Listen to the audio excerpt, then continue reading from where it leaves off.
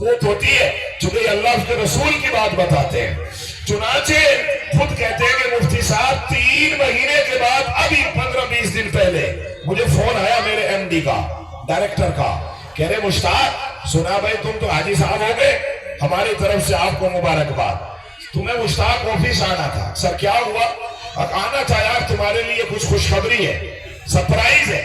کہا میں نے سوچا پتہ نہیں کیا سرپرائز ہوگا، میں حج سے آیا شادی سے بھی بلوا رہا ہوگا ایم ڈی ہمارا ہے، بڑے وباگ کا ایم ڈی صوبائی سطح پہ. کہ میں گیا تو اس نے مجھے الٹا مٹھائی کھلائی کہ تو حج سے آیا ہے، اور مجھ سے کہنے لگا یار مشتاق ہمیں پہلے تو معاف کر، تقریباً 5 سال سے تیرا پی ڈی ایف پورا نہیں ڈوب رہا تھا. تیرا پی ڈی ایف فنڈ جو ہوتا ہے وہ پورا مکمل وبھاگ تجھے نہیں دے پایا. جب تو حج میں گیا ہم نے تیرا ریکارڈ کھنگالا تو پتا چلا کہ بھائی تیرے تو تقریباً 11 لاکھ روپے اور باقی ہیں ہماری طرف. نہیں سمجھے آپ؟ ہاں کر کے تو دیکھو، اللہ کی ذات پر بھروسہ کرو. کہ ارے مفتی صاحب ایسا جیسا میرا بدن سل ہو گیا کہ یار مولوی صاحب کی بات تو واقعی بڑی زبردست ہے، اللہ کی راہ میں مال خرچ کرنے والا. یہی ہمارے گاؤں میں جلسہ ہو رہا تھا، وہ جلسے میں ایک بچہ آیا مزدور، وہ ٹریکٹر چلاتا ہے بیچارہ. میں نے اس کا ہاتھ پکڑ لیا محبت میں، جوان بچہ. تو میں نے کہا میں نے کہا کتنے پیسے دو گے اللہ کے راستے میں؟ قرآن ہے، سوچ کے دیکھو جب مر جاؤ گے تو پتہ چلے گا کیا دیا تھا. خدا کی قسم کبھی کبھی 1 مرتبہ کا دیا ہوا آپ کو جنت نعیم میں داخل کرا سکتا ہے. سوچ لو جب مر جائے گا انسان پھر کچھ نہیں کر سکتا. ابھی زندگی ہے، ادھار دے سکتا ہے، مزدوری کر کے دے سکتا ہے، کما کے دے سکتا ہے، بچوں سے مانگ کے دے سکتا ہے. مگر جب آنکھ بند ہو گئی اذا مات الانسان انقطع عمله، قیامت ہو جاتی ہے قائم. اذا مات الانسان قامت قیامته، پھر کچھ نہیں کر سکتا.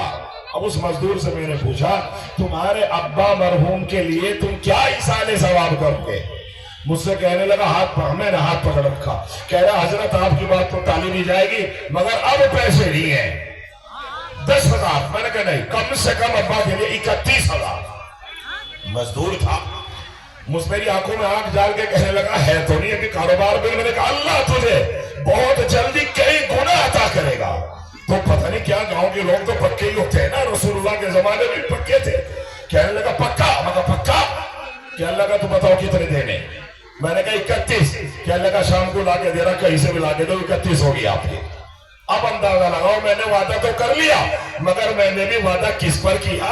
ارے کوئی ہو یا نہ ہو، حکومت مخالف ہو تو ہو، زمانہ مخالف ہو تو ہو، ہماری قوت مگر ہمیں ناز ہے. ہمارا اللہ تو ہے جو ہماری بات مانتا ہے، ہمارا نبی تو ہے جو ہماری باتوں کی لاج کر لیتا ہے. کبھی کبھی گفت اللہ ہوا، گفتہ اللہ ہوا، گرچہ حلقوں میں عبداللہ ہوا.